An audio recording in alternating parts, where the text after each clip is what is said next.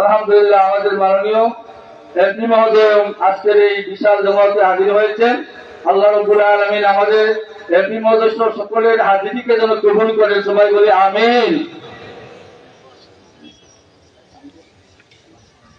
একবার তাকবীর বলেন, আল্লাহু আকবার, আল্লাহু আকবার, লা ইলাহা ইল্লাল্লাহ, আল্লাহু আকবার, আল্লাহু আকবার,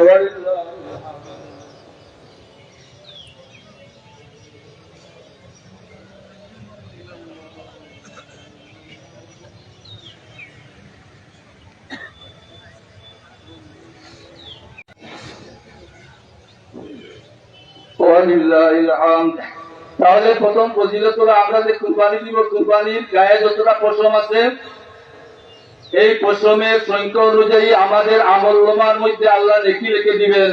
একবার জোরে বলি সুবহানাল্লাহ। হযরত আয়েশা সিদ্দিকা থেকে একটা হাদিস আছে, আন আয়েশা রাদিয়াল্লাহু তাআলা আনহা قالت قال رسول الله صلى الله عليه وسلم ما عمل ابن آدم من عمل يوم النار أحب إلى الله عز وجل من إحراق دمه। কুরবানির ঈদের দিন খুব খেয়াল করবেন, কুরবানির ঈদের দিন কুরবানির পশু জবাই করে রক্ত প্রবাহিত করার চেয়ে এর চেয়ে বেশি নেকির কাজ কুরবানির দিন আর হতে পারে। আল্লাহ নবী বলেছেন সবচেয়ে পছন্দনীয় কাজ, সবচেয়ে বেশি নেকির কাজ এই জমাতের নামাজ আদায়ের চেয়ে বেশি নেকি পাওয়া যাবে কুরবানির পশু যখন আমরা জবাই করব। এটা আল্লাহ নবী বলেছেন, হযরত আয়েশা সিদ্দিকা রাদিয়াল্লাহু তাআলা আনহা থেকে বর্ণিত হাদিস। ওয়া ইন্নাহু লা ইয়াতি ইয়াউমাল কিয়ামা, আর আল্লাহ নবী বলেছেন যে কুরবানির জন্তু যদি বড় হয়, এই জন্য কুরবানির জন্তুকে বড় কাজা করে দেওয়ার জন্য আল্লাহ নবী নির্দেশ দিয়েছেন। আল্লাহ নবী বলেছেন সামিনু দুহায়াকুম ফাইন্নাকুম ইয়াউমাল কিয়ামাতি মাতায়াকুম।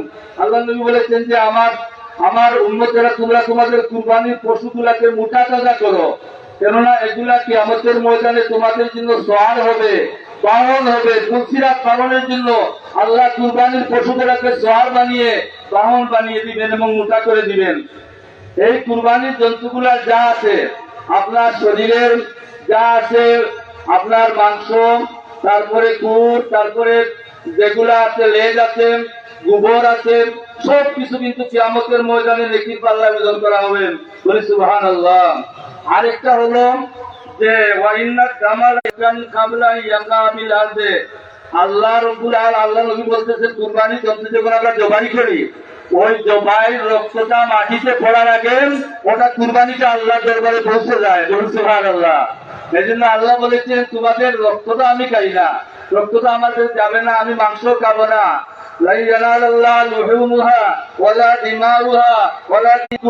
আমি তোমাদের অন্তরের তাকওয়াটা দেখবো, উদাবিলতা। আমাকে খুশি করার জন্য কি কুরবানি দেওয়া হচ্ছে, না মানুষকে খুশি করার জন্য দেওয়া হচ্ছে, না গুস্ত ভক্ষণের জন্য দেওয়া হচ্ছে? এমনও মানুষ আছেন 2 লক্ষ, 2.5 লক্ষ, 3 লক্ষ টাকা দিয়ে তিনি কুরবানির পশু ক্রয় করেছেন, কিন্তু তার আমলনামার মধ্যে একটা নেকিও লেখা হবে না। কারণ কি, তিনি ওই যখন বাজার থেকে পশু খরিদ করেন তখন তার নিয়তে ছিল মানুষ বলবে লন্ডনী সাহেব 3 লক্ষ টাকা দিয়ে সার কিনেছেন, এমন মানুষ আছেন না? তার সব সেখানেই শেষ হয়ে গেছে। আপনি নিয়ত করবেন আল্লাহ খুশি করার জন্য, আর গুস্ত খাওয়ার ব্যবস্থা আল্লাহ এমনিতেই করে দিবেন। এটাও তো উম্মতে মুহাম্মদীর জন্য অনেক বড় সৌভাগ্য। আপনারা জানেন যে আমাদের আগে পূর্ববর্তী যত উম্মতরা ছিল আদম থেকে নিয়ে ঈসা নবী পর্যন্ত সকলের জবানে কুরবানি ছিল, কিন্তু কুরবানির গোশত খাওয়ার হুকুম ছিল না। আমাদেরকে কুরবানি দেওয়ার সওয়াবও দেওয়া হয়েছে, আবার গোশত খুব ভালোভাবে খাওয়ার জন্য আল্লাহ রাব্বুল আলামিন আমাদেরকে সুযোগ করে দিয়েছেন। আর এদিন আমি আলোচনাকে আর বেশি দীর্ঘায়িত করছি না। কুরবানি না দিলে কি হবে? একটা প্রশ্ন থাকতে পারে যে কুরবানির তৌফিক দিয়েছেন আল্লাহ। দেখেন ইসলাম কত বাস্তবসম্মত ধর্ম। ইসলামের মধ্যে ইবাদতটা 3 ভাগে বিভক্ত। এটা হচ্ছে আপনার বদনী ইবাদত, শরীর দিয়ে করতে হবে। এটা হবে মালি ইবাদত, সম্পদ দিয়ে করতে হবে। আর এটা ইবাদত হচ্ছে শরীর এবং মাল দুটা দিয়ে করতে হবে।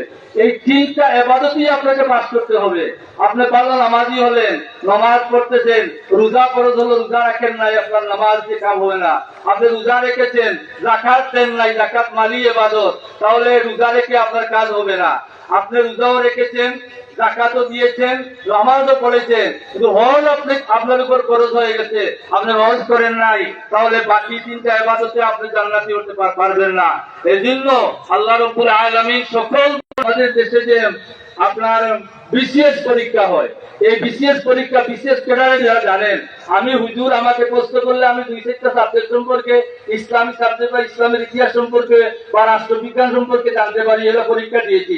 কিন্তু একজন বিসিএস ক্যাডারের যিনি প্রফেসর, তিনি একেবারে কি বল হাদিস শরীফ সম্পর্কে কিছু জানতে হবে, তাফসীরও জানতে হবে, সায়েন্সও জানতে হবে, জ্যোতির্বিদ্যাও জানতে হবে, বালু মাপাও জানতে হবে, ইট মাপাও জানতে হবে, অর্থাৎ পৃথিবীতে যতটা শিক্ষা আছে সব শিক্ষা একটু না একটু তার জ্ঞান থাকতে হবে। কি বলেন আপনারা, ঠিক না বেশি বললাম?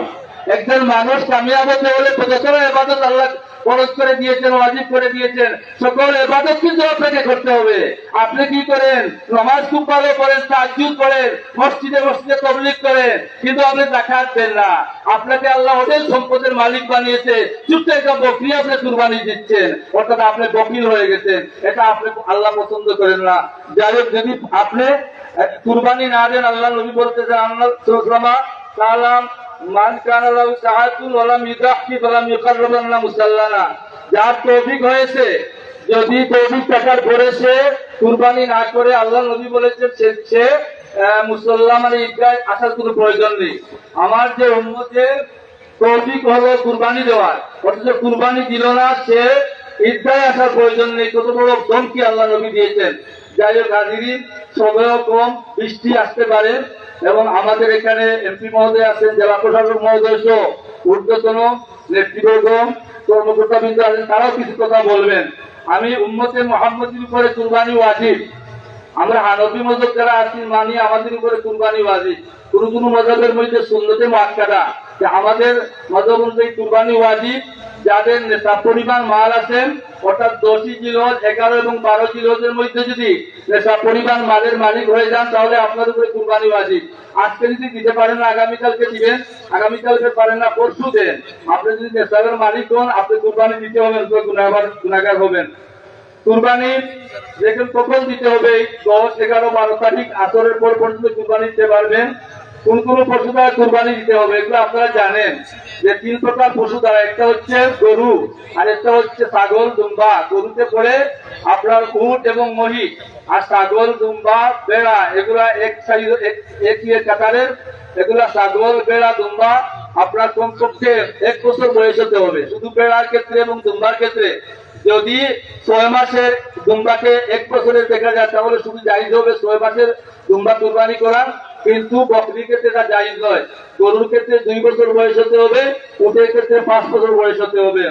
কুরবানির শরীকানা কুরবানিটা অত্যন্ত জটিল বিষয়। যারা শরীকানা কুরবানি করেছেন, এ পর্যন্ত যদি গোশত খাবার নিয়ত করে থাকেন, আপনার নিয়তটা সহি করেছেন যে আল্লাহ আমি কুরবানি দিতেছি। কুরবানির পশু জবাই করা নিজে করলেই ভালো, দোয়া আপনার মুখস্থ লাগবে না। দোয়া যদি বিসমিল্লাহ আল্লাহু আকবার বলে জবাই করে দেন, তাহলে আদায় হয়ে যাবে। আর না পারলে বলবেন ইন্না সলাতি ওয়া নুসুকি ওয়া মাহিয়ায়া ওয়া মামাতি লিল্লাহি রাব্বিল আলামিন লা শারীকা লাহু ওয়া বিযালিকা উমিরতু আনা আউয়ালুল মুসলিমিন, বিসমিল্লাহ আল্লাহু আকবার, জবাই হয়ে যাবে। কুরবানির গরুর গোশতটা যদি শরীকা হন, তাহলে খুব সতর্কতার সাথে বাড়তে হবে, আল্লাহ দিয়ে মাঠে বাঁধবেন। যদি ব্যস্ত হয়, তাহলে কুরবানিতে আপনার আল্লাহর দরবারে কবুল হবে না। কুরবানির গোশত পাঠ করা, যারা কুরবানির পশু কাটবে, তাদের পারিশ্রমিক কিন্তু গোশত থেকে দিলে হবে না, আপনি টাকা দিয়ে পারিশ্রমিক দিবেন। গোশতের বিনিময়ে যদি আপনি কাটান, তাহলে এটা জায়েজ হবে না। কুরবানির গোশতের হুকুম আপনারা জানেন, 3 ভাগ করতে হয়। যদিও কোনো কোনো মানুষ শিক্ষা সৃষ্টির জন্য বলেন, ওই গোশত বেশি খাওয়ার জন্য বলেন যে আমরা সব রেখে দিলে অসুবিধা নাই ভাই, কিন্তু আপনার বিবেকে প্রশ্ন করেন, আপনি তো সারা বছর বাজার থেকেও খাইছেন, এখন কুরবানি দিয়ে ফ্রিজে রেখে দিলেন, আর আপনার পাড়া প্রতিবেশী সকল গরিবরা কিন্তু বাচ্চারা খাইতে পারতেছে না, এটা কি আপনার বিবেকে দেয়? এই জন্য তাদের জন্য একটা অংশ রাখবেন, আত্মীয় স্বজনের অংশ রাখবেন। কুরবানির চামড়ার হুকুম, চামড়া দিতে পারবেন, চামড়া নিজে ব্যবহার করলে আপনি রাখতে পারবেন, বিক্রি করলেই টাকাটা আর রাখতে পারবেন না। যে টাকা বিক্রি করবেন, যে 10 টাকা নোটের, এই 10 টাকা নোটই দিতে হবে আপনি ফকির মিসকিনকে, এটা দিবেন। কোন মাদ্রাসায় যদি দেন, জিল্লা বোর্ডিং থেকে, এতিমখানা থেকে দিতে পারবেন, মাদ্রাসার বিল্ডিং নির্মাণের জন্য দিতে পারবেন না। তারপরে কুরবানির বর্জ্য ব্যবস্থাপনা, এটা আমাদের প্রশাসন বলেছেন, ইসলামী ফাউন্ডেশনের মাধ্যমে মসজিদে বর্জ্য ব্যবস্থাপনা, এটা আমি নামাজ পড়লে তো হবে না। আমাদের কুরবানির বর্জ্য ব্যবস্থা, কুরবানির বর্জ্যগুলো নিজ দায়িত্বে যাতে আপনারা পরিষ্কার করেন, পানি দিয়ে রক্ত ধুয়ে ফেলেন, গোবরগুলা এগুলা যাতে মানে বৃষ্টি বাদলের মধ্যে বিস্তার লাভ করেন, এগুলো যাতে পরিবেশ দূষণ না করে, স্বাস্থ্য ক্ষতি না করে, সেদিকে আমরা নজর রাখতে হবে। আর ঈদের প্রকৃত শিক্ষা কি আমি 1 মিনিটে শেষ করে দিচ্ছি। আমরা ঈদের যে শিক্ষাটা গ্রহণ করব, ঈদের নামাজ পড়ে চলে যাই, আমাদের ঈদের শিক্ষাটা আমি এরপরে বলি, আল্লাহর জন্য সর্বোচ্চ ত্যাগ স্বীকার করা। 1 নম্বর, আইএমের তাসদিকের তাকবীর পড়তে হবে, মুর্দেগান মুসলিম উম্মাহ মাতৃভূমির জন্য দোয়া করা, গীবত ত্যাগ করা। এটা এবাদত করতেছেন, ঘুরতে ঘুরতে গীবত শুরু করে দিয়েছেন, পরনিন্দা। আর লম্বা নামাজ পড়ছেন, নামাজ কাজে আসবে না। মানুষের সম্মানহানি না করা, সুদ ঘুষ নারী নির্যাতন, মানুষের প্রতি জুলুম থেকে নিজেকে বাঁচিয়ে রাখা, তাহলে কুরবানি আপনার মনে করবেন কবুল হয়েছে। তৎপরি সীমালঙ্ঘন এবং জুলুম থেকে বাঁচিয়ে রাখা। একটা এখানে মাননীয় এমপি মহোদয় আছেন এবং রাজনৈতিক নেতৃবৃন্দ আছেন, কে কি বলবেন, আমাকে গুলি করবেন নাকি, এটা আমি পরোয়া করি না। আমি একটা কায়দায় গুলি বলে দেই, যে দল, যে জাতি, যে ব্যক্তি ক্ষমতায় থাকুক না কেন, কোরআন বলেছে 3টে কাজ যদি করে নেন তাহলে তার ধ্বংস অনিবার্য। একটি হচ্ছে তার তপকরি, নিজেকে যদি বড় মনে করেন যে আমি দেশের সব হয়ে গেছি, দেশ আমার বাপের পিঠা, আমি যেভাবে মনে করি বিক্রি করব, তাহলে আপনার ধ্বংস অনিবার্য। সীমালঙ্ঘন যদি কোনো কাজে করেন তাহলে শেষ। আর এটা হচ্ছে মানুষের প্রতি জুলুম। 3টা কাজ আশা করি আমাদের রাজনৈতিক নেতৃবৃন্দ বা যারা আমরা আছি, আমরা যেন এই 3টা কাজ থেকে নিজেকে বাঁচিয়ে রাখি। ফেসবুকে অপপ্রচার মানুষের সম্মান, নামাজ পড়ে কি করবেন, ফেসবুকের মাধ্যমে সম্মানী মানুষের সম্মানহানি করা হচ্ছে, গুজব রটিয়ে দেশের ক্ষতি করা হচ্ছে, মানুষকে বিভ্রান্ত করা হচ্ছে, এগুলো বাদ দিবেন। সন্তান শক্তিকে ইসলামী মূল্যবোধ আদর্শ শিক্ষা দেওয়া, এগুলো আমাদের দায়িত্ব। পরিবারের সকলকে আমাদের জন্য অভ্যস্ত করা, সর্বোপরি সকল কাজে আল্লাহর উপর তাওয়াক্কুল আমরা করব, এটি আমাদেরকে শিক্ষা দেয়। আর সর্বশেষ একটি কথা বলে নেই, আমি 2010 সাল থেকে ঈদগায় প্রথম জমাত, দ্বিতীয় জমাত এবং প্রথম জমাত পড়িয়েছি। অনেক ভুলভ্রান্ত হতে পারে, কিন্তু 2024 সালে ঈদগাহ কমিটি আমাকে দায়িত্ব দিয়েছিলেন। ভুল মানুষ কতই হয়, কিন্তু একটা নামাজের ভুলের জন্য অনেক ফেসবুকে লেখালেখি হয়েছে। কি জন্য লেখালেখি হয়েছে আমি জানি না। নামাজে আল্লাহ নবীরও ভুল হয়েছিল, নবীর 4 রাকাত কমাতে 2 রাকাত পড়ে বেরিয়ে গেছেন। সাহাবায়ে কেরামরা কথা বলার সাহস পাচ্ছেন না যে আল্লাহ নবী হয়তো ওহীর মাধ্যমে 2 রাকাত পড়েছেন। একজন সাহাবী দুঃসামালায় তিনি বললেন যে উসিরাতিস সালাতু নসিতা ইয়া রাসূলুল্লাহ, হে আল্লাহর রাসূল, নামাজ কি 4 রাকাত থেকে 2 রাকাত পড়া হলো, না আপনি ভুলে গেলেন? আপনি ভুলে 4 রাকাত থেকে 2 রাকাত পড়লেন। আল্লাহর নবী ভুলেও 4 রাকাত থেকে 2 রাকাত পড়েছেন, করে সংশোধন করেছেন। নামাজে ভুল হলে একজন মানুষকে ফেসবুক এসে গরম করার কোনো প্রয়োজন ছিল না। তারপরে যদি আমার কোনো ভুলভ্রান্তি হয়ে থাকে আমাকে মাফ করে দিবেন, জানি না। আমার আগের ইমামও বলেছেন, আমরা আবার আপনাদের সাথে আগামী বছর এখানে দেখা হবে কিনা, কার কোথায় হবে, আল্লাহ যেন আমাদের যদি দুনিয়া থেকে নেন, ইমানের সাথে যেন আমরা সকলে চলে যেতে পারি। আমি আলোচনা দীর্ঘায়িত না করে সকলের কল্যাণ কামনা করে এখানে সমাপ্ত করছি। আল্লাহু আকবার, আল্লাহু আকবার, লা ইলাহা ইল্লাল্লাহু আল্লাহু আকবার, আল্লাহু আকবার, ওয়া লিল্লাহিল হামদ।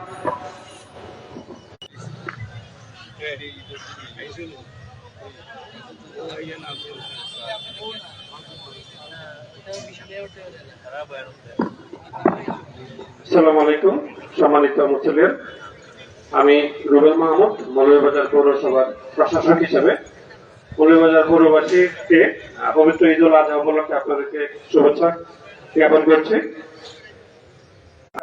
আপনাদের কাছে আমার 2টা রিকোয়েস্ট থাকবে, যারা কুরবানি দিবেন পবিত্র ঈদ উপলক্ষে আমাদের কয়েকটা নির্ধারিত স্পট আছে, স্পটগুলোতে কুরবানি দিবেন এবং দয়া করে যে আবর্জনা তৈরি হবে কোরবানির পরে এটা সুনির্ধারিত জায়গায় রাখবেন। আমাদের টিম কাজ করছে, আপনাদের সহযোগিতায় আমরা খুব দ্রুত সময়ে মৌলভীবাজার পৌরসভাকে একটা পরিচ্ছন্ন নগরী হিসাবে আমরা এটা আপনাদের উপহার দিতে পারবো। আর সর্বশেষ আমাদের এই মাঠের একটি আয় ব্যয়ের হিসাব আছে। গত পবিত্র ঈদ উল ফিতর উপলক্ষে আমাদের মাঠ থেকে আয় হয়েছিল 2,54,687 টাকা এবং ব্যয় হয়েছিল 89,000 টাকা। এবং সব মিলিয়ে এই ব্যাংকের এই অ্যাকাউন্টের স্থিতি আছে 10,394,000 টাকা। তো ধন্যবাদ সবাইকে। এই পর্যায়ে আমি বক্তব্য রাখার জন্য সাবেক পৌরসভার মেয়র জনাব ফজল করিম মহোদয়কে শুভেচ্ছা বক্তব্যের জন্য অনুরোধ করছি। ধন্যবাদ প্রশাসক সাহেব। আমি বক্তব্য দিচ্ছি না। অন্যান্য পৌরসভার মধ্যে বর্জ্য ব্যবস্থাপনা নিয়ে সমস্যা, আমাদের যেহেতু বর্জ্য ব্যবস্থাপনার নির্দিষ্ট জায়গা আছে, আপনারা রাখবেন। পৌরসভা সক্রিয় আছে, আমাদের পৌরসভা পরিচ্ছন্ন থাকবে। আর সময় খুবই কম, এই জন্য আমি সংক্ষিপ্ত হলাম। এই পর্যায়ে বক্তব্য রাখার জন্য আমি মৌলভীবাজার জেলার সম্মানিত জেলা প্রশাসক মহোদয়কে সবাই অনুরোধ করছি। বিসমিল্লাহির রহমানির রহিম। সম্মানিত মুসল্লিবৃন্দ, আসসালামু আলাইকুম। সকলকে ঈদ উল আজহার শুভেচ্ছা জানাচ্ছি জেলা প্রশাসনের পক্ষ থেকে এবং সরকারের পক্ষ থেকে। এই ঈদে আমরা জানি যে কোরবানির পশু আমরা জবাই করব। এই পশু জবাইয়ের মাধ্যমে আমাদের মনের ভিতরে যে পশুটা আছে সেই পশুটাও ইনশাআল্লাহ আমরা জবাই করব। সকলকে আমি আবারও ঈদের শুভেচ্ছা জানাচ্ছি। ঈদ মুবারক। ধন্যবাদ আপনাকে। এই পর্যায়ে শুভেচ্ছা জ্ঞাপন করার জন্য আমি সবাই অনুরোধ করছি আমাদের মাননীয় সংসদ সদস্য মহোদয়কে।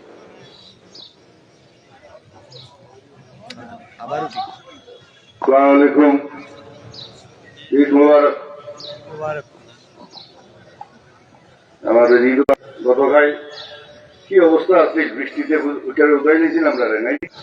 আজ তো আমি দরওয়াজা আসলাম যে আমরা পুনরায় নামাজ পড়তাম, ঈদগাহ পড়তাম না মসজিদে পড়তাম। আল্লাহ তাআলা আমরা সহায় করতে, আমরা শুকরিয়া আদায় করতাম। আমরা তো ঈদ আমরা বাংলাদেশে অন্যান্য দেশে সব জায়গায় তো অত্যন্ত আনন্দের সাথে ঈদ উদযাপন করি, কোরবানি করি।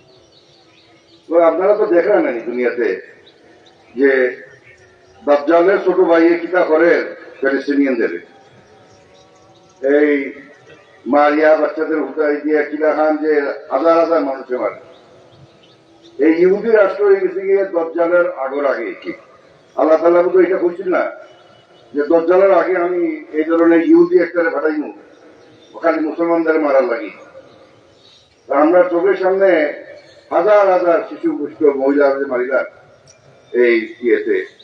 আমরা আজকে দোয়া করতাম, আমি ইমাম সাহেবের বৈমুক্ত কাজ করিয়া যে প্যালেস্টিনিয়ান এবং লেবানিজ এবং ইরানিয়ান ভাইদের লাগি আমরা দোয়া করতাম যাতে যে অন্যায় বিচারের উপরে তারা আছে এটা আল্লাহ তারা যেন সহায়তা করে। আর ঈদ উল আজহার কথা কিতাব বর্জ্য বিষয়ে আমরা সাবেক মেয়র কইসই, আপনারা যদি একটু দায়িত্ববান হইয়া যার যার এলাকার বর্জ্যগুলি ঠিকঠাক মতন সাফ করিলেন, আমরা সবাই মতন ভালো মতন থাকে। তো সবাই আবার আনন্দের সাথে ঈদ উল আজহা পালনের শুভেচ্ছা। আসসালামু আলাইকুম। ঈদ মোবারক। ধন্যবাদ মাননীয় সংসদ সদস্য মহোদয়কে। এ পর্যায়ে আমি আমাদের ফজিলত ঈদ উল আজহা নামাজ আদায় করার জন্য আমি হুজুরের কাছে মাইক হস্তান্তর করছি। ধন্যবাদ সবাইকে।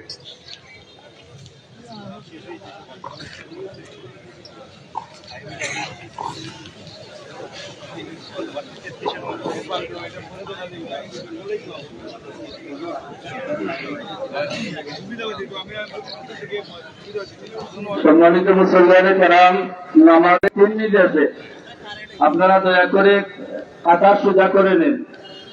উত্তর দিকে যারা আপনারা ইমামের সামনে চলে গেছেন, সামনে চলে গেলেন, তাহলে আপনাদের নামাজ হবে না।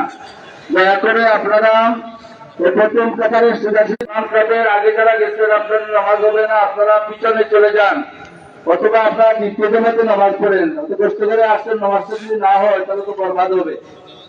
আর দ্বিতীয় কথা হলো যে আমি গত বছরে বলেছিলাম, কিন্তু আল্লাহ তো ভুলিয়ে দিয়েছিলেন যে আল্লাহর হুকুম ঈদের নামাজ আমরা 6 তাকবীরের সাথে 2 রাকাত নামাজ পড়বো। নাইতু মুসল্লি লিল্লাহি তাআলা রাকাতাই সালাতিল ঈদুল আযহা মা 6 তাকবীরাতি ওয়াজিবিল্লাহি তাআলা ইফতাদাইতু বিহাদাল ইমাম মুতাওয়াজ্জিহান ইলা জিহাতিল কাবাতি শরীফতি আল্লাহু আকবার।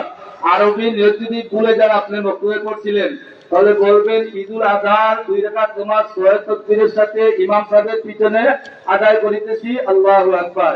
এই যথেষ্ট। আপনি প্রথমে আমরা নিয়ত করে তকবীরে তহরিমা বাঁধবো। তকবীরে তহরিমা বাঁধার পরে সানা পড়বো, সুবহানাকাল্লাহুম্মা ওয়া বিহামদিকা। তারপরে 3টা তকবীর দেওয়া হবে, 3 তকবীরে হাত উঠাবেন এবং আবার যখন তকবীর বলা হওয়ার আগ পর্যন্ত হাত নামিয়ে রাখবেন। এইভাবে 3বার নামিয়ে রাখবেন। চতুর্থ বা আপনি 3 নম্বর বার হাতটা বাঁধবেন। তারপরে সূরা ফাতিহা পড়া হবে, কেরাত পড়া হবে, রুকু সিজদা অন্য নামাজের মতো হবে।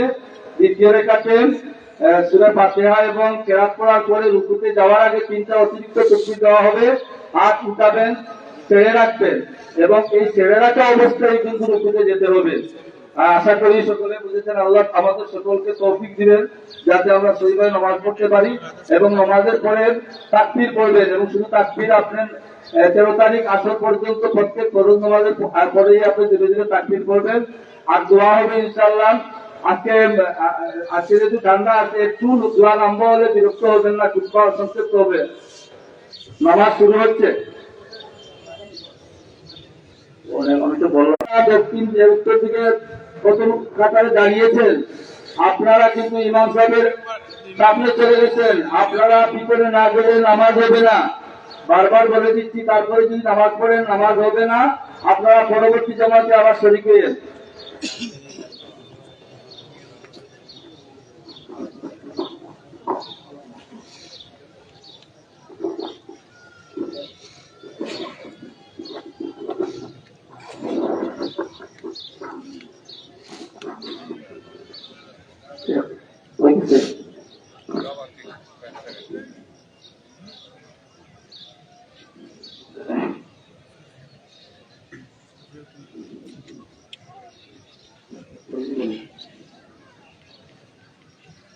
নামাজ শুরু হচ্ছে।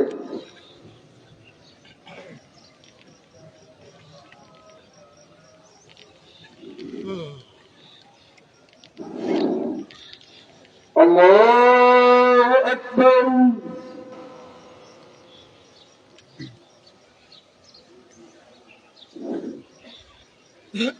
আল্লাহু আকবার। আল্লাহু আকবার। আল্লাহু আকবার। আলহামদুলিল্লাহি রাব্বিল আলামিন আর রহমানির রহিম মালিকি ইয়াউমিদ্দিন إياك نعبد وإياك نستعين اهدنا الصراط المستقيم صراط الذين أنعمت عليهم غير المغضوب عليهم ولا الضالين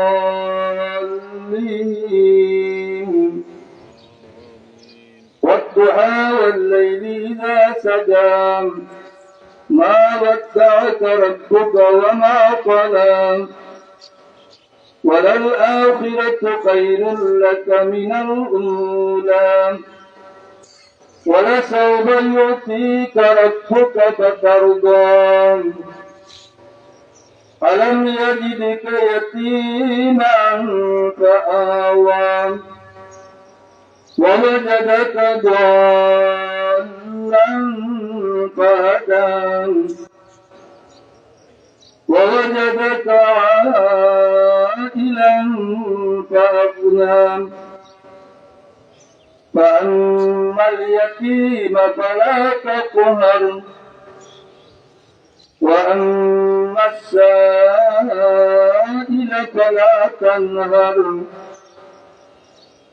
وأما بنعمة ربك فحدث الله أكبر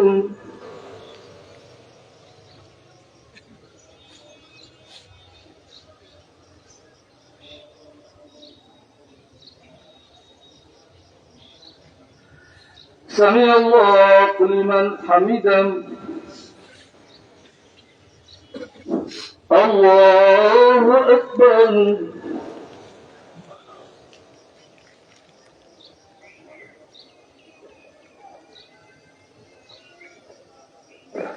الله أكبر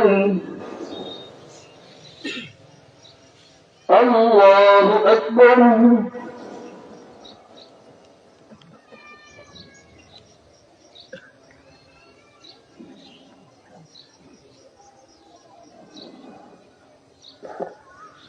الله أكبر. الحمد لله رب العالمين الرحمن الرحيم مالك يوم الدين إياك نعبد وإياك نستعين اهدنا الصراط المستقيم صراط الذين أنعمت عليهم غير المغضوب عليهم ولا الضالين.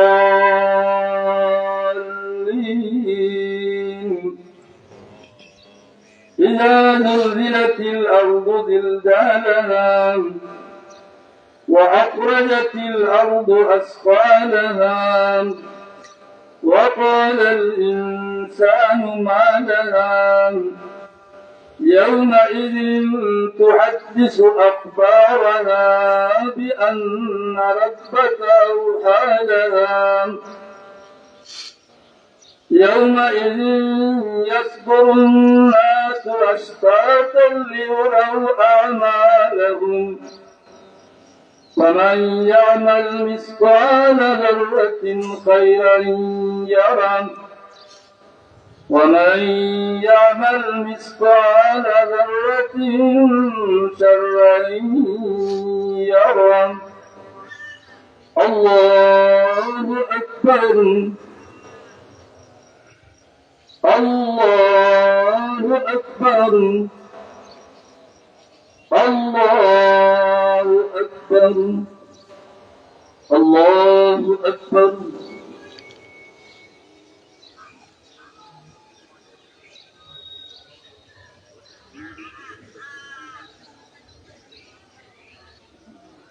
سمع الله لمن حمده. الله أكبر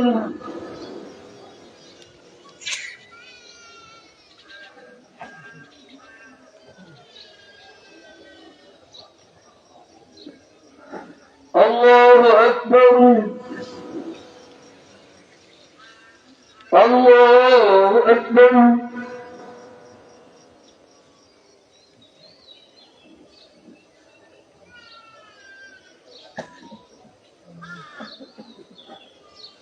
الله أكبر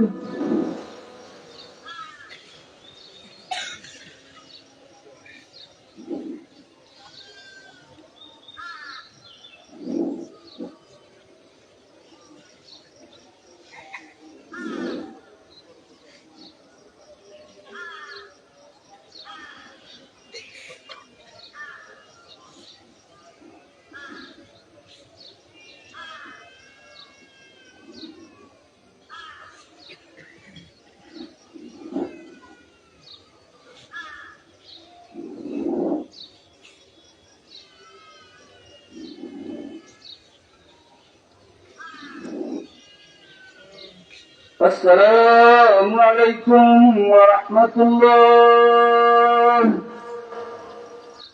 السلام عليكم ورحمة الله. الله أكبر الله أكبر لا إله إلا الله.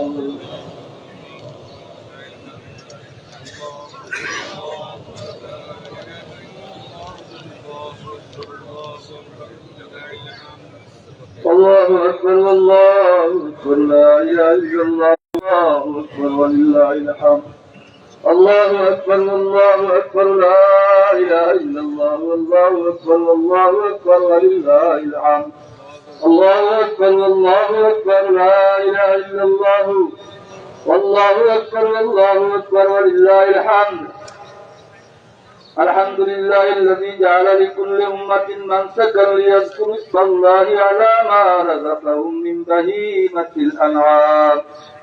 وأشهد أن لا إله إلا الله وحده لا شريك له وحده لا شريك له شهادة تنجينا من العذاب الغرام وأشهد أن سيدنا ونبينا ومولانا محمدا عبده ورسوله من جعل سيد الأنام ومن بين لنا فضائل الألوهية والأحكام أما بعد فيا أيها المسلمون إن هذه الألوهية سنة لأبينا إبراهيم عليه الصلاة والسلام كما قال تعالى في كلام المجيد والفرقان الحميد فلما بلغ معه السعي قال يا بني إني أرى في المنام أني أذبحك فانظر ماذا ترى قال يا أبت افعل ما تؤمر ستجدني إن شاء الله من الصابرين فلما أسلما وتله للجبين وناديناه أن يا إبراهيم قد صدقت الرؤيا إنا كذلك نجزي المحسنين إن هذا لهو البلاء المبين وفديناه بذبح عظيم وتركنا عليه في الآخرين سلام على إبراهيم الله أكبر والله أكبر لا إله إلا الله والله أكبر والله أكبر ولله الحمد وجاء بالحديث عن زيد بن أرقم رضي الله تعالى عنه قال أصحاب رسول الله صلى الله عليه وسلم ما هذه الأضاحي يا رسول الله قال سنة أبيكم إبراهيم قالوا فما لنا فيها يا رسول الله قال بكل شعرة حسنة قالوا فالسوق يا رسول الله قال بكل شعرة من السوق حسنة الله أكبر والله أكبر لا إله إلا الله والله أكبر والله أكبر ولله الحمد وقد رقب النبي صلى الله عليه وسلم قولا وفعلا للأضحية جاء في سنن ابن ماجه والترمذي وحسنه عن عائشة رضي الله تعالى عنها أن النبي صلى الله عليه وسلم قال ما عمل ابن آدم من عمل يوم النار حتى إلى الله من إهراق الدم وإنه ليقع من الله بمكان قبل أن يقع بالأرض فتيبوا بها نفسا وكان النبي صلى الله عليه وسلم يدعي بكبشين وكان ينهرهما بعد صلاة العيد كما في الصحيحين وليعلم أن هذه الفضائل تتحصل إذا كانت الأضحية بالإخلاص وصدق النية وأشار إليه قول الله تبارك وتعالى لن ينال الله لحومها ولا دماؤها ولكن يناله التقوى منكم مع أن الأعمال كلها لا تقبل بدون الإخلاص وصدق النية لأن الإخلاص روح الأعمال قال عليه الصلاة والسلام إنما الأعمال بالنيات الحديث وللأضحية فضائل أخرى ومسائل وقد بينت بعض الفضائل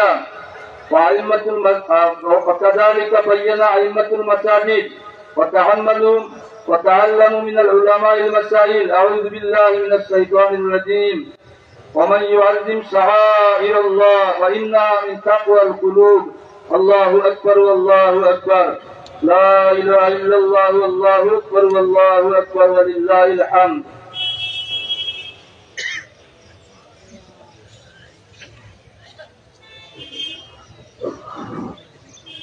الله أكبر والله أكبر لا إله إلا الله والله أكبر والله أكبر ولله الحمد الحمد لله رب العالمين حمدا يوافي نعمه ويكافي مزيدا والصلاة والسلام على أفضل الأنبياء وعلى آله وصحبه أجمعين يا أيها المؤمنون اسمعوا وأطيعوا إن الله أمركم بأمر بدأ فيه بنفسه وصدى بملائكة المسبحة لقدسه وسلس بكم أيها المؤمنون من برية جنه وإنسه فقال تعالى مخبرا وعاملا إن الله وملائكته يصلون على النبي يا أيها الذين آمنوا صلوا عليه وسلموا تسليما اللهم صل وسلم وبارك على سيدنا ونبينا ومولانا محمد وعلى آله وأصحابه وصل على المؤمنين والمؤمنات والمسلمين والمسلمات خصوصا على أفضل البشر بعد الأنبياء بالتحقيق خليفة رسول الله صلى الله عليه وسلم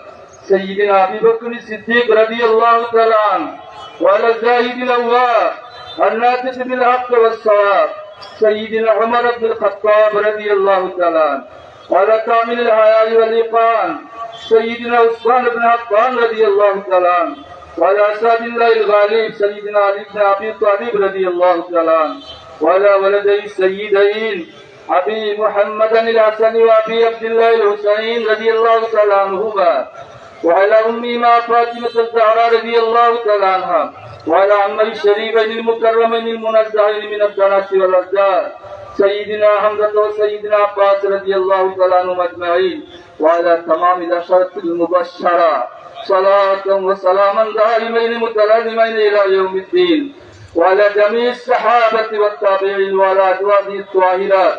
وقد قال رسول الله صلى الله عليه وسلم: مثل أهل بيتي كسفينة نوح من ركبها نجا ومن تخلف عنها غرق. وقال رسول الله صلى الله عليه وسلم: خير القرون قرني ثم الذين يلونهم ثم الذين يلونهم والسلطان العادل ذل الله بالأرض من أهان سلطان الله بالأرض أهانه الله.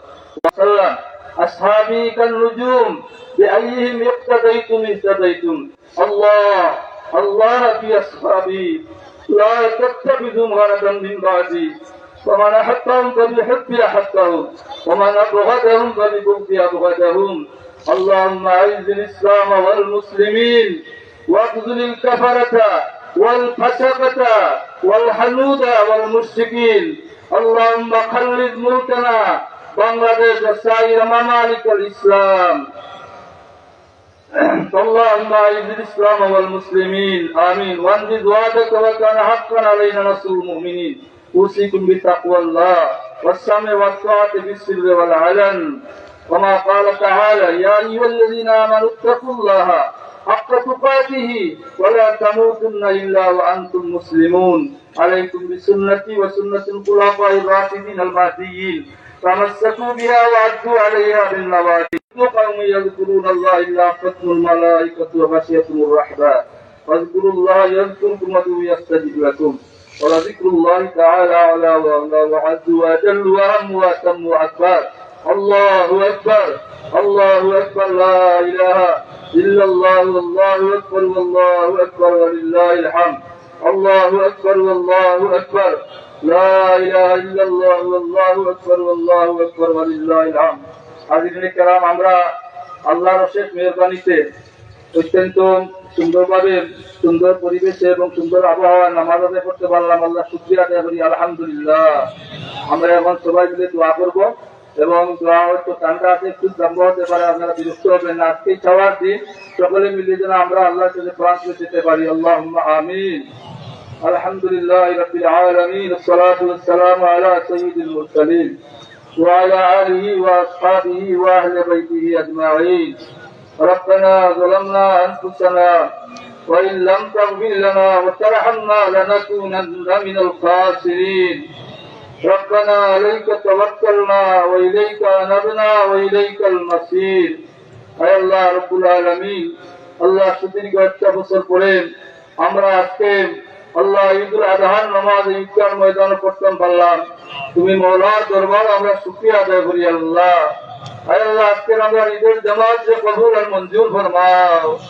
ইয়া আল্লাহ, ঈদের জামাত করে বাড়ি করে ফিরিয়ে দেওয়ার আগে আমরা জীবনে মওলা গুনাহ করতে করতে আমরা জীবনটা বরবাদ করে দিয়েছিলাম অনেক।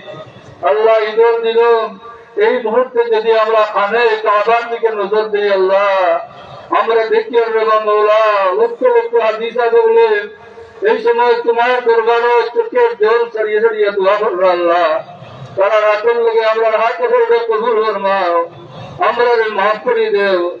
আমরা গুনাহগার, আল্লাহ তুমি মওলার দরবার চলা যাওয়ার জায়গা লাগলে মওলা। ইয়া আল্লাহ ইয়া রহমান রাহিমিন, আমরা কবরবাসী মুর্দেগানকে মাফ করে দেও। খাস করে যারা মারা বাবা রইলাম আজকের এই মাহফিলে পড়াইছেন করতে মাই বাবারে মাফ করে দেও। আল্লাহ যারা মা বাবা আছেন কত খুশি বাসি করলাম, আমরা মা বাবা কবর গেছেন কি আল্লাহ পূজা করাইয়া ঈদের আনন্দ চলারে দান করমাও। ইয়া আল্লাহ আমরা পাঠে যাইতে মুস্তাফা রহমাতুল্লাহ আলাইহি দরজারে পূরণ করে দেও। ইয়া আল্লাহ ইয়া রহমান রাহিমিন, আল্লাহ এই বিভাগের রূপকার, উন্নয়নের রূপকার, এই দেশের উন্নয়নের রূপকার আমরা সাবেক মরহুম অর্থ এবং পরিকল্পনা মন্ত্রী এম সাইফুর রহমান, আল্লাহ বাহাদুর, আল্লাহ তুমি জান্নাতুল ফিরদাউসের ঠিকানা বানাই দেও। ইয়া আল্লাহ, এছাড়া রব্বুল আলামিন তার সহধর্মীদের মাফ ফরমাও। রব্বুল আলামিন আল্লাহ গণতন্ত্রের মা জনাব মরহুম খালেদা জিয়া, আয় আল্লাহ খালেদা জিয়ার আল্লাহ গরিবের রহমত ফরমাও। আল্লাহ যারা হাত বাড়াইছে আল্লাহ প্রত্যেকের রমজান মধ্যে গান্ধে মাফ করে দেও। ইয়া আল্লাহ আমার পীর ও মুর্শিদ হযরত কুলতুল ইসলাম রাহমাতুল্লাহ আলাইহির দরজারে বুলন্দ করে দেও। আর অনেক ফিসাল হল আছেন আল্লাহ যারা মুরিদ আল্লাহ কুরআন হাদিসের আলোয় আলোকিত হয়ে গেছেন প্রত্যেকের আল্লাহ মাফ ফরমাও। এই ঈদগাহ যারা ইমাম সাহেব নামাজ পড়াইছেন আল্লাহ আবার জানামত প্রথম ইমাম আল্লাহ হযরত মাওলানা আব্দুল বারী সিদ্দিকী থেকে লইয়া যত ইমামে নামাজ পড়াইছেন প্রত্যেক ইমাম হল যারা দুনিয়া থেকে গুজরি গেছেন তারা মাফ করি আল্লাহ জান্নাত নসিব করে দেও। ঈদগাহ যারা জমি দিচ্ছেন নির্মাণ করে যারা ঠেকা দিচ্ছেন আল্লাহ প্রত্যেকের মাফ ফরমাও করে দেও। আল্লাহ আমরা দেশকে সুখী সমৃদ্ধশালী উন্নত শান্তির দেশ বানাও। तमाम শিক্ষা গজাত মারামারি কাটাকাটি করে দেশকে ইবাদত ফরমাও। আল্লাহ দেশকে যারা পরিচালনা করা অধিকতার যোগ্যতার সাথে ইসলামের সীমার ভিতরে থেকে দেশ পরিচালনার তৌফিক এনায়েত ফরমাও। আল্লাহ দুনিয়ার तमाम মজলুম মুসলমানদের সাহায্য করো আল্লাহ। খাস করে ফিলিস্তিনের মুসলমান হল আল্লাহ জালিম ইহুদিদের হাত থেকে আল্লাহ তুমি মুক্তি দান ফরমাও। ইয়া আল্লাহ ইরানের মুসলমান হল মুক্তি দান ফরমাও। আল্লাহ খাস করে আমরা পার্শ্ববর্তী দেশ ভারত ও পশ্চিমবঙ্গের আমরা মজলুম মুসলমান ভাই হল তুমি সাহায্য ফরমাও। ইয়া আল্লাহ ইয়া আরহামার রাহিমিন বিদেশি বলতে হেফাজতে সালামতে রাখো। আল্লাহ বেমারি বলতে শিফা নসিব করে দেও। ইয়া আল্লাহ আমরা এমপি মহোদয় সহ যারা প্রশাসক মহোদয় এই জেলার আল্লাহ যারা কর্ণধার প্রত্যেকের নেক হায়াত এনায়েত ফরমাও। পৌরসভার চেয়ারম্যান মহোদয় যারা আল্লাহ চিরদিনের মতো কবরবাসী হয়ে গেছেন তারা মাফ করে দেও। ইয়া রাব্বাল আলামিন আমরা হরমাইন জিয়ারত নসিব ফরমাও। যারা হজে গেছেন তারা হজ্জে মকবুল জিয়ারতে মদিনা নসিব করে দেও। আয় আল্লাহ করি দরখাস্ত মওলা মরণের কঠিন গাছো দৌলতে ইমান দিয়ে আমরা খাতেমা বিল করিও। মুসল্লিয়ানে কেরাম যার ভিতরে যে আশা লইয়া যাই আশা লইয়া করাইছেন আল্লাহ তোমার বন্ধুগুলোর আশারে পুরা করে দেও। জিন্দা মা বাবার হায়াতে তৈয়বা বখশি দেও। ইয়া আল্লাহ আরেকটা আরজ দিলাম মওলা আল্লাহ আগামী বছর এই তোর ময়দান এইভাবে জমা না করিয়া আমরা কেউ কাছে আজরাইল পাঠাই না। ইয়া আল্লাহ وأفوض أمري إلى الله إن الله بصير بالعباد بماري والشفاء نصيب করো। بفضل سبحان ربك رب العزة عما يصفون وسلام على المرسلين والحمد لله رب العالمين آمين برحمتك يا أرحم الراحمين. الله أكبر الله أكبر لا إله إلا الله الله أكبر الله أكبر لله الحمد. ঈদ মুবারক ঈদ মুবারক ঈদ মুবারক।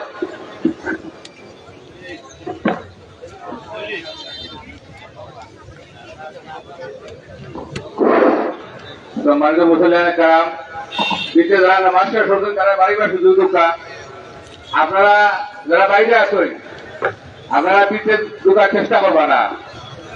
বাইরে অসুবিধা হইতে যারা বাইরে তারা ওষুধ দিব। আপনারা দয়া করিয়া আপনার সেকেন্ড জমাত ঠিক 7:30টার সময় ইনশাল্লাহ শুরু হইব। আপনারা বিপদে নামাজ পড়তে আমরা আপনারা না আপনারা বাইরে সুযোগ দেবো তারা যারা আসেন নামাজ পড়ছেন তারা দয়া করে ঈদগাহে বাইরে সুযোগ দোকান।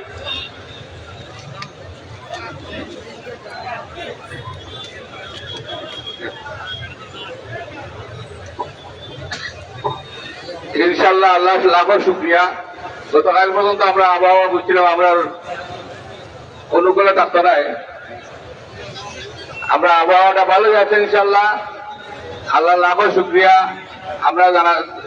আমরা তৃতীয় জমাত ইনশাল্লাহ আমরা ঠিক 7:30টার সময় ইনশাল্লাহ শুরু করবো। তৃতীয় জমাত 8:30টার সময় ইনশাল্লাহ হইব। প্রথম জামাতে ইমামতিত্ব করবেন হযরত মাওলানা মুফতি শামসুদ্দৌলা আইনুল মাদ্রাসা মৌলভীবাজার। সম্মানিত দর্শক, আমরা এতক্ষণ লাইভে যুক্ত ছিলাম মৌলভীবাজার পৌর ঈদগাহ মাঠ থেকে সরাসরি যুক্ত রয়েছি এবং আজ ঈদুল আজহার প্রথম জামাতের নামাজ আমরা শেষ করেছি। নিউজ 24-এর সকল দর্শককে, দেশ এবং প্রবাসের সবাইকে আন্তরিক শুভেচ্ছা এবং ঈদ মুবারক জানিয়ে আজকের জন্য বিদায় নিচ্ছি। সবাই ভালো থাকুন, সুস্থ থাকুন। আল্লাহ হাফেজ। আসসালামু আলাইকুম। ঈদ মুবারক।